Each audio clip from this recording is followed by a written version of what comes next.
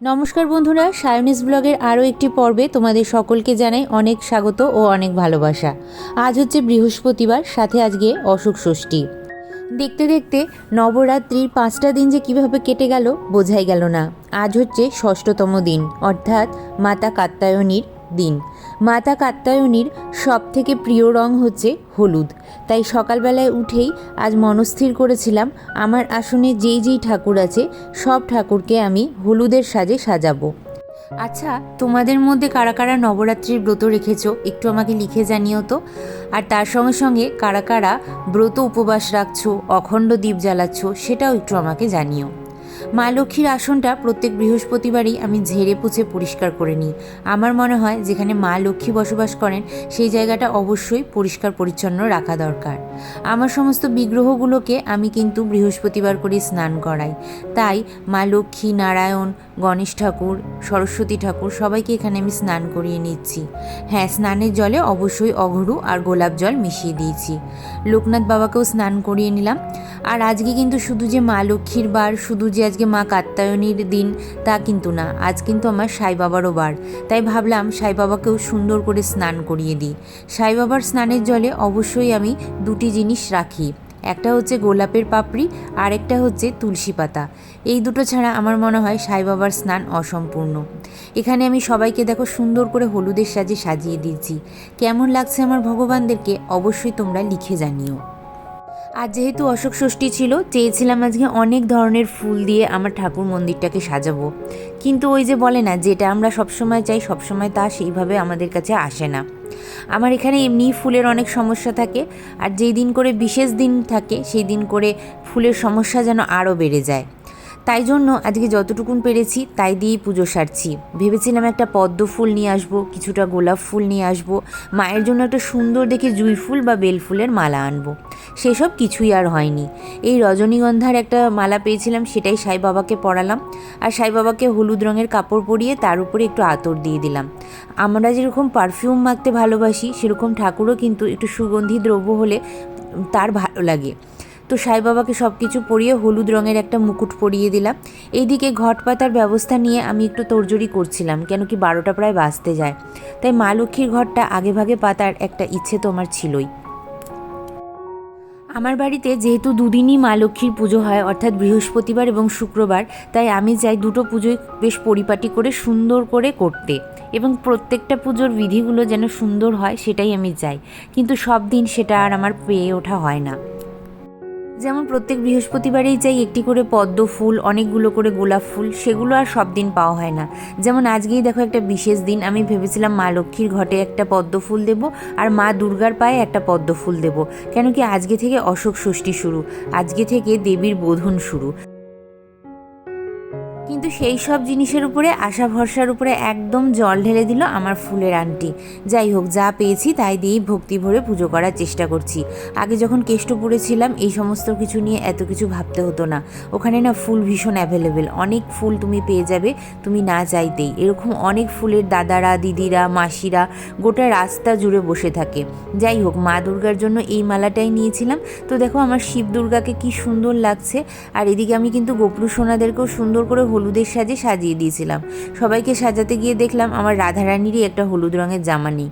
তারপরে ভাবলাম এই বছর যখন আমি পয়লা বৈশাখের বাজার করতে যাব, রাধারানীর জন্য একটা সুন্দর হলুদ রঙের ঘাগরা নিয়ে আসবো। তো দেখো এখানে সুন্দর করে সবাইকে ফুল দিয়ে সাজিয়ে দিচ্ছি। তোমাদের অশোক ষষ্ঠী কেমন গেল? আমার কোন কোন মায়েরা অশোক ষষ্ঠী রেখেছো? কিভাবে কি কাটলো তোমাদের দিন? কিভাবে খাওয়া দাওয়া করলে? আমাকে অবশ্যই কমেন্ট করে জানিও। আমার এই সমস্ত কমেন্ট পড়তে ভালো লাগে। আমার মনে হয় আমার পরিবারের মানুষগুলোর সঙ্গে আমি গল্প করছি, বা তারা হয়তো আমার সঙ্গে গল্প করছে। তো এই যে নীলকণ্ঠ ফুলই একটু পেয়েছিলাম আজকে, জানো তো জবা ফুলও একটাও আমি পাইনি।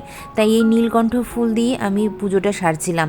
আমার কাছে যেহেতু মা দুর্গা আর কালী আছেন, তাই তার ফটোতেই কিন্তু আমি অশোক ষষ্ঠীর পূজাবিধিটা সারলাম।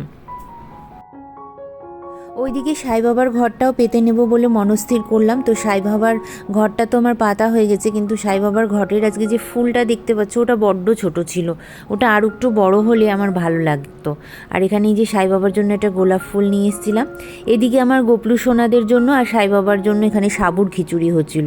সাই বাবাকে আবার একটু খিচুড়ি দিলে সাই বাবার ভীষণ ভালো লাগে, তো তার জন্যই প্রত্যেক বৃহস্পতিবার না হলেও মাঝে মাঝে মা চেষ্টা করে যে কোনো ধরনের একটা খিচুড়ি বানিয়ে দেওয়ার। এদিকে মায়ের অশোক ষষ্ঠীর যে দই আর অশোক ফুলটা সেটাও আমি রেডি করে রাখলাম।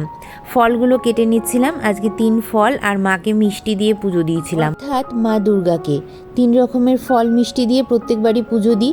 এইবার ফলটাও যেন তো আমি খুব একটা মনের মতন পাইনি, তাই শসা, লেবু আর কি ছিল আর কলা দিয়ে পুজো দিয়েছিলাম। তো যাই হোক, মাকে বললাম যে এইবারের মতন এই রকমই খাও মা, এর পরের বার তোমাকে আরও সুন্দর করে দেওয়ার চেষ্টা করব।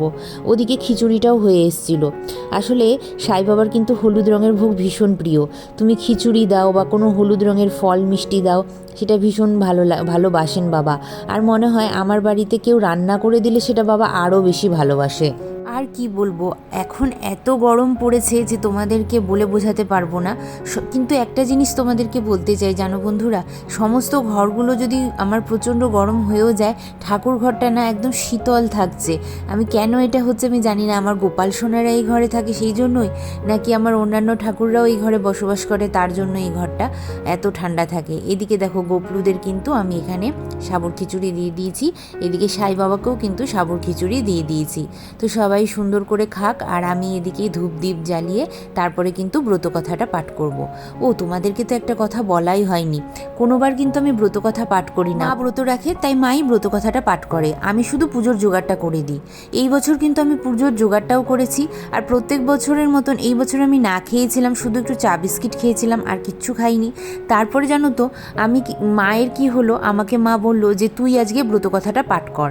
তখনও কিন্তু আমার মাথায় নেই যে গোপলু সোনারা অলরেডি আমার কোলে চলে এসেছে। তো দেখো এখানে ব্রত কথাটা পাঠ করে নিচ্ছিলাম, আর পরে আমি ভাবলাম ও বাবা দেখো মা কি সুন্দর আমার হাত দিয়ে পুজোটা নিয়ে নিল। আর আমার মনে হলো যে আমি বোধহয় আমার গোপাল সোনাদের জন্যই ব্রতটা এতক্ষণ অবধি রাখলাম। আমার সুন্দরভাবে পুজো সম্পন্ন হলো, গোপলুদেরকেও সুন্দরভাবে খাওয়া দাওয়া করালাম। তারপরে লাল মুরারিকে সামনে রেখেই আর মাকে সাক্ষী রেখে আজকে কিন্তু আমি অশোক ষষ্ঠীর ব্রত কথা পাঠ করলাম। কী যে আনন্দ হচ্ছিল বন্ধুরা, তোমাদেরকে বলতে পারবো না।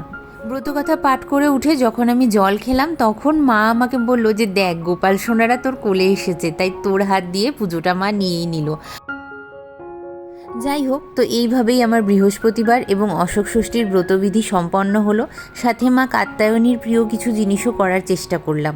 যারা আমার পুরনো বন্ধুরা আছো তারা প্লিজ আজকের ভিডিওটাকে লাইক এবং শেয়ার করে দিও, আর যারা নতুন বন্ধুরা আছো এই ধরনের ছোট্ট ছোট্ট মিষ্টি মিষ্টি সুন্দর পূজাবিধির ব্লগ পাওয়ার জন্য আমার চ্যানেলটাকে সাবস্ক্রাইব করে রাখতেই পারো। চলো দেখা হবে আবারও একটা সুন্দর পূজাবিধির সঙ্গে। ততক্ষণের জন্য তোমরা সবাই খুব ভালো থেকো, সুস্থ থেকো, আর যাওয়ার আগে আমার গোপাল সোনাদেরকে দেখে যেতে কিন্তু ভুলো না।